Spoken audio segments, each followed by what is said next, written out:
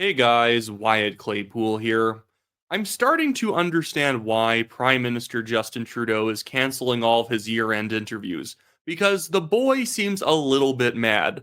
Amid the ongoing leadership crisis inside the Liberal government, Trudeau yesterday decided to go to a Liberal Party volunteers event. Obviously, he probably still had to go forward with it. It looks pretty bad when you just snub your own supporters who flew into Ottawa for the celebration event. And at this event, he made possibly the dumbest analogy to what is currently going on inside of the Liberal Party. And yeah, I am not shocked that he doesn't want to talk to any reporters now. Here is Justin Trudeau justifying what is currently going on and why it's no big deal. And let me note here, I am literally taking this clip from a Liberal Party supporter who thinks this makes Justin Trudeau look good. It has been an eventful couple of days. It hasn't been easy. And that's why I'm so happy to see you guys. Dude, that guy sounds like he could rip someone's spine out their back. He is not happy at all. He is like gritting his teeth to say this stuff. That's why I'm so happy to see you guys.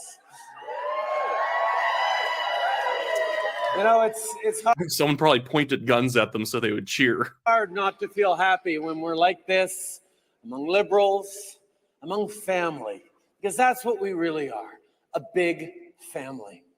A big, happy family. Aren't you guys happy? Be happy. Cheer again. My goodness, people. Now, like most families, sometimes we have fights around the holidays. But of course, like most families, we find our way through it.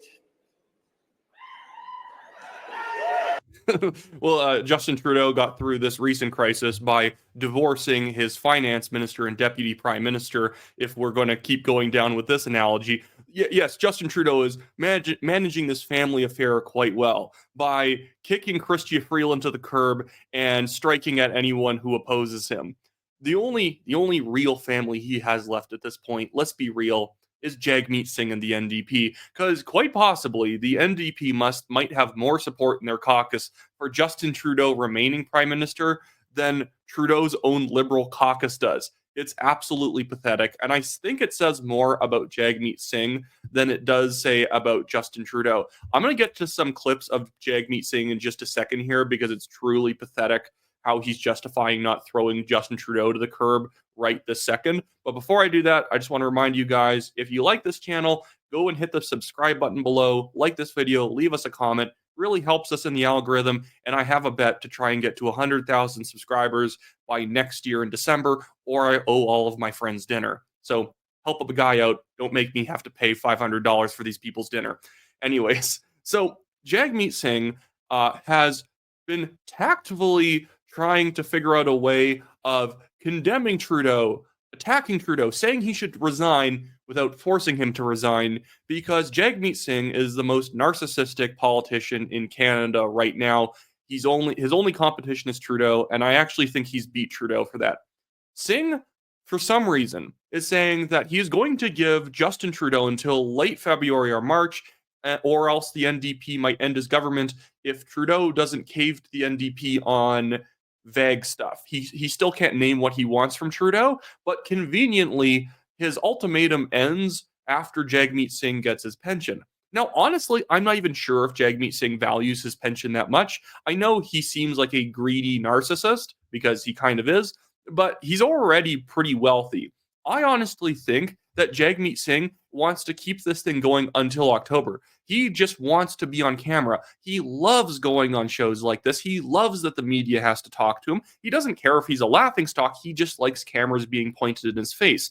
And so he wants this to be dragged out as long as possible, because he knows as soon as there is an election held, he's done. He is no longer the leader of the NDP, probably, unless the NDP is that masochistic.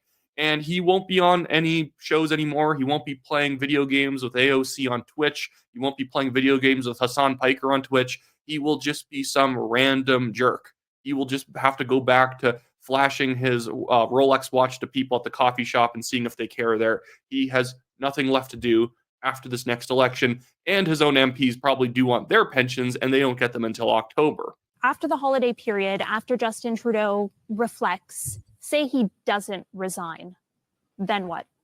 Well, I'm not going to answer hypotheticals that I can. How is that a hypothetical? Also, you should answer hypothetical. It's barely a hypothetical. Yeah, technically, it's a hypothetical if Justin Trudeau is going to wake up tomorrow and decide to put on pants before he goes to work. Technically, it's a hypothetical. But obviously, Trudeau's sticking around. So if he hasn't gone in January, what are you going to do? And he's like, oh, I'm not going to deal with hypotheticals. What? How does this man plan for anything if he doesn't plan for a hypothetical situation? I guess I'm answering my own question. Jagmeet Singh plans for nothing, and that's why he looks so incompetent and befuddled here. I can tell you my commitment is we know there's going to be an election next year. We know that 2025 is an election year. That's for sure. And people... Oh, is it for sure, Jagmeet? Wow. Well, guys, a circle of the calendar. Jagmeet Singh told us that the election's next year. We didn't even know it until Jagmeet Singh just told us now. Tell me again and again that they are fed up with and are done with the Liberals. They're not going to give them. They don't deserve another chance. So there'll be an important choice. The Conservatives, Pierre Poilievre, want to cut the things that people need. They want to cut pensions for seniors. They want to cut... When have the Conservatives ever proposed? When has anyone ever proposed cutting pensions? That's never happened. This is the stupid conspiratorial garbage that the NDP comes out with, where every single Conservative is about to push your grandmother down the stairs. If you don't vote for the NDP, the Conservatives will do unspeakable things to the family dog.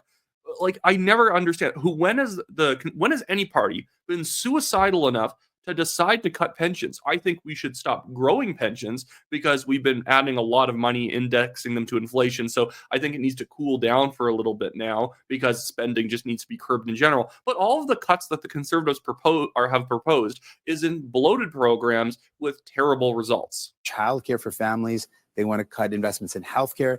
They're going to cut, and it's going to hurt people. Or New Democrats, what we want to do is we want to make your life more affordable. Make sure you can lower the bill, Only Jagmeet Singh could waste media opportunities as much as he has here. Nobody cares about your stupid platform right now. And it's not even a platform. It's just vague policy, policy noise from Jagmeet Singh. Here's another clip of him. He's on CTV News here. But again, this is just all pablum.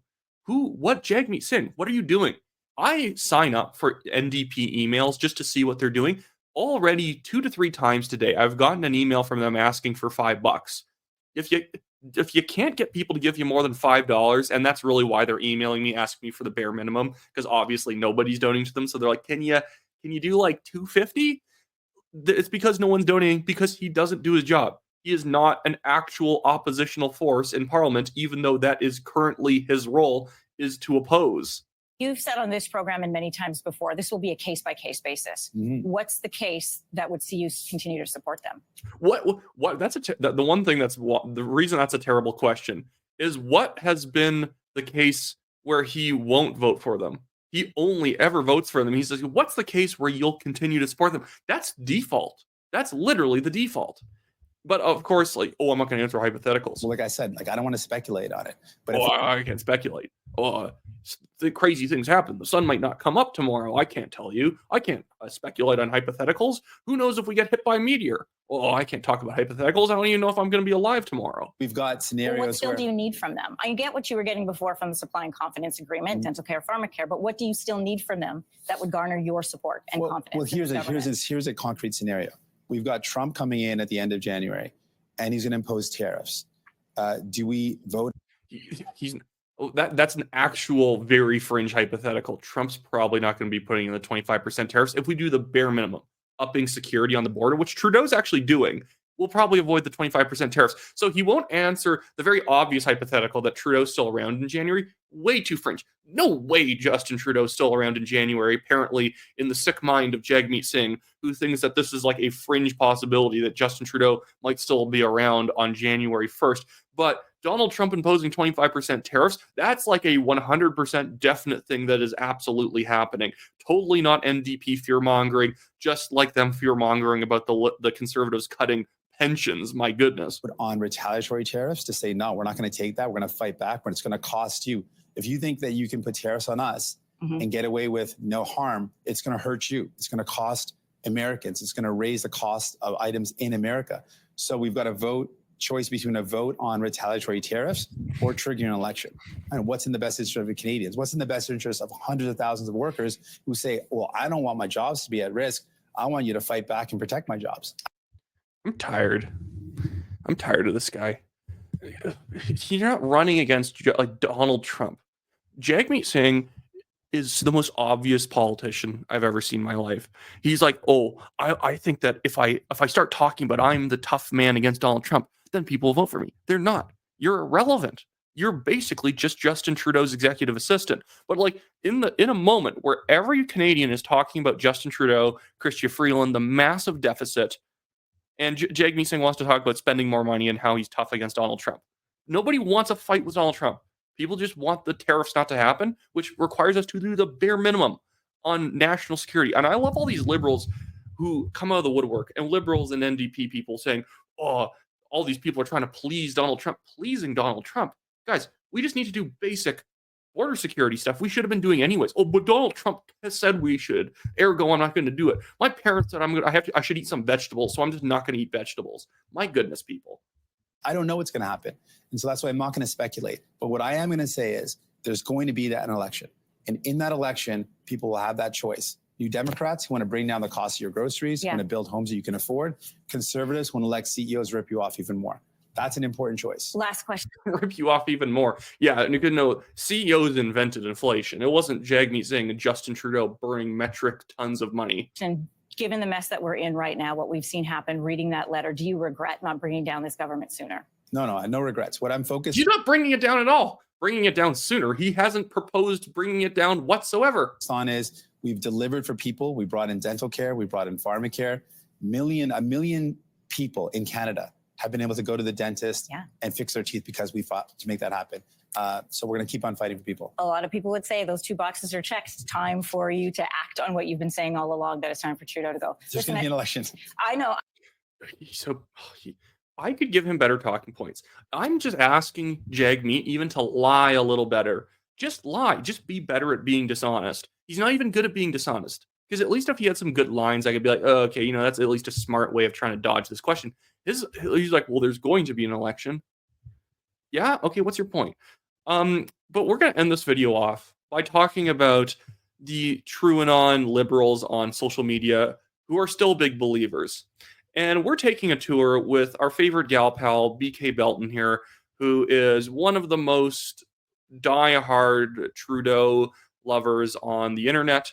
You can even read her bio here. Foodie, tree hugger, news junkie, dog lover, pro-choice, woke AF, never vote conservative, I block, soy boy, blackface, libtard, turdo, whatever, like basically anyone who says those words. And so here's a bunch of people who she's been retweeting. I stand with Trudeau. That's good. And calling people bozos or whatever. This one's hilarious that she's retweeted. The prime minister doesn't have to do anything. And they're talking about him not doing interviews here. Why does he have to come out and talk to anyone? He changed a few positions. What is the big deal? I like to know why Trump is interfering and why you haven't gone after Poilievre for his security clearance, CBC. They've tried to go after him. It's a stupid talking point. That's why it hasn't gone anywhere. Canada is the best country in the world. Yeah, just keep repeating that because that will get us through the massive governmental problems.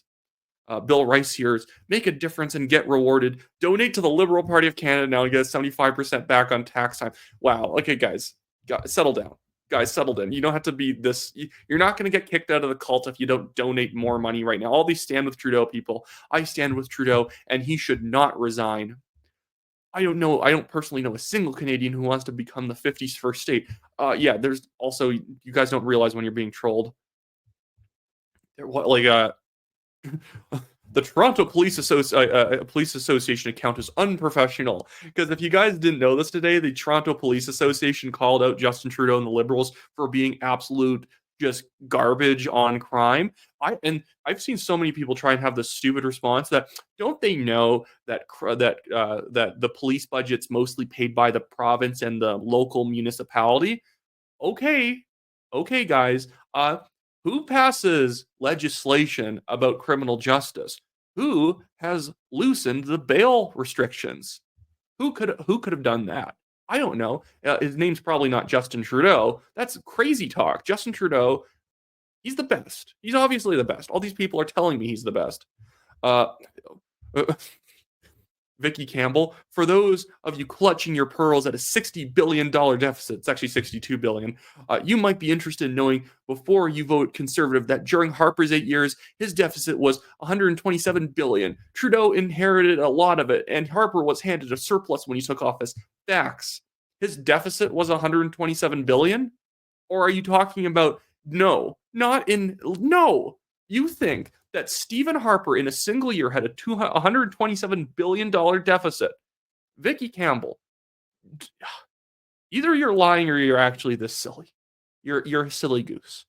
He had a collective $127 billion deficit from 2004 until 2015. So in 9 years, he has, let's just bring up the calculator for a second here, guys. What was his deficit on average over those 9 years? He had a $14 billion deficit. And guess what? Condemn. I think he shouldn't have had a deficit at all because I think you should always be looking for wasteful spending to cut and trying to live within your means as a government, because debt is something that future taxpayers are going to have to pay for. Oh, all the people are so desperate for Justin Trudeau to notice them, as if all these people want to be cabinet ministers. Canada stands by. PM Justin Trudeau is this man's name. Please retweet, have followers do the same. Any present former LPC MP staffer or member who has treated well by PM Justin Trudeau and saying it, JT has to go as a traitor to Prime Minister Justin Trudeau, the Liberal Party of Canada, and as a pure Polyev sympathizer. This is so delusional.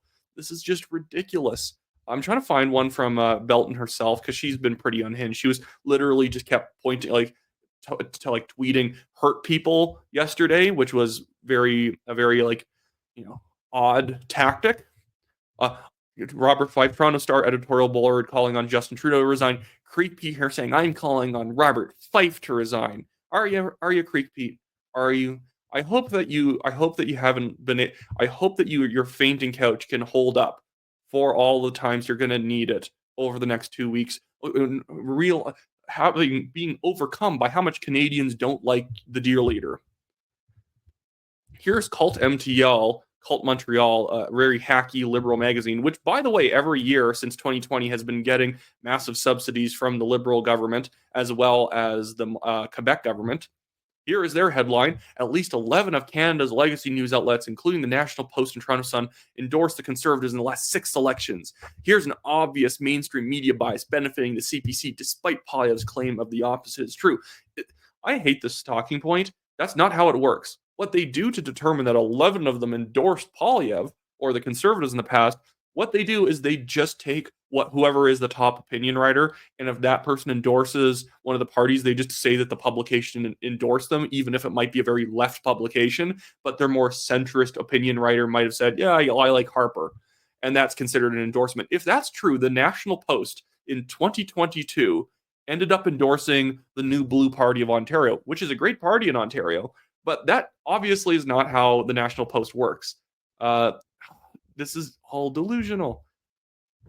Here is BK Belton of something from herself. She says, facts matter. It was never a gender issue. Truth. Justin Trudeau asked Freeland to head the negotiations with the U.S. In the meantime, he would ask Mark Carney to take the financial file. Trudeau made this decision because Freeland has always won negotiations with the U.S. and other countries. Freeland refused that file. End of story. Oh, yes, that's what was happening, not Trudeau forcing Freeland to jam even more spending in the budget, even though she had committed to a $40 billion red line in the deficit, and he forced her to go to $62 billion. And then she literally said he fired her and was trying to bring in Mark Carney. Mark Carney has even said he doesn't want to be a part of this crap because it looks bad.